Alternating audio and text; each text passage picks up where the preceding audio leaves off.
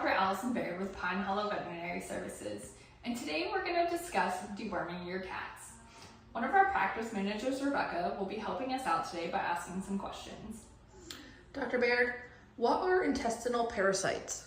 So intestinal parasites are typically worms or single-celled organisms called protozoa that inhabit the gastrointestinal sites of our cats, typically the small intestine, sometimes the large intestine.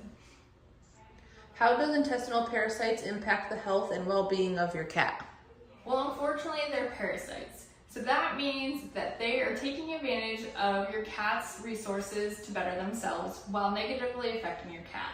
So we can often see things like vomiting and diarrhea, blood loss, and weight loss when they have an overabundance of intestinal parasites.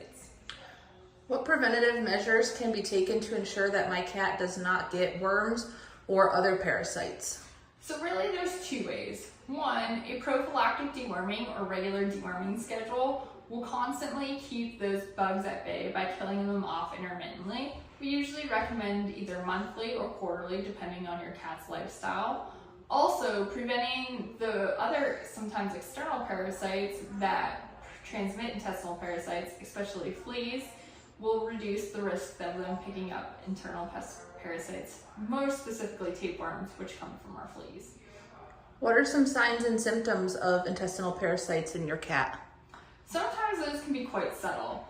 A lot of times we'll often notice some mild diarrhea, but it could progress into severe bloody diarrhea. We can see vomiting. Sometimes the load gets so high that they'll actually vomit the worms, but any vomiting can be signs of intestinal parasites. Also, things like weight loss with a ravenous appetite can be also a sign of intestinal parasites. Can you see worms in your cat's stool? Unfortunately, sometimes you can. If you are seeing those long spaghetti straight type worms or those rice-like segments, that means your pet has a lot of intestinal parasites. Oftentimes, they can have intestinal parasites without seeing those worms in those stools, which is why we do a different test called a fecal centrifugation or a DX antigen, where we're actually looking for the microscopic eggs of those intestinal parasites or actually picking up the DNA parts of those parasites so that they have a lighter load that we can get them taken care of before we see those signs. When should my cat see a veterinarian for deworming? Ideally, we want to do this prophylactically so that we don't see any of those clinical signs. So a yearly checkup is the best time for us as veterinarians to discuss the lifestyle of your cat and really make a tailored deworming program for each cat, because it's really going to be different depending on if they're outside hunting and picking up little critters or versus sitting on the couch in the house all by himself.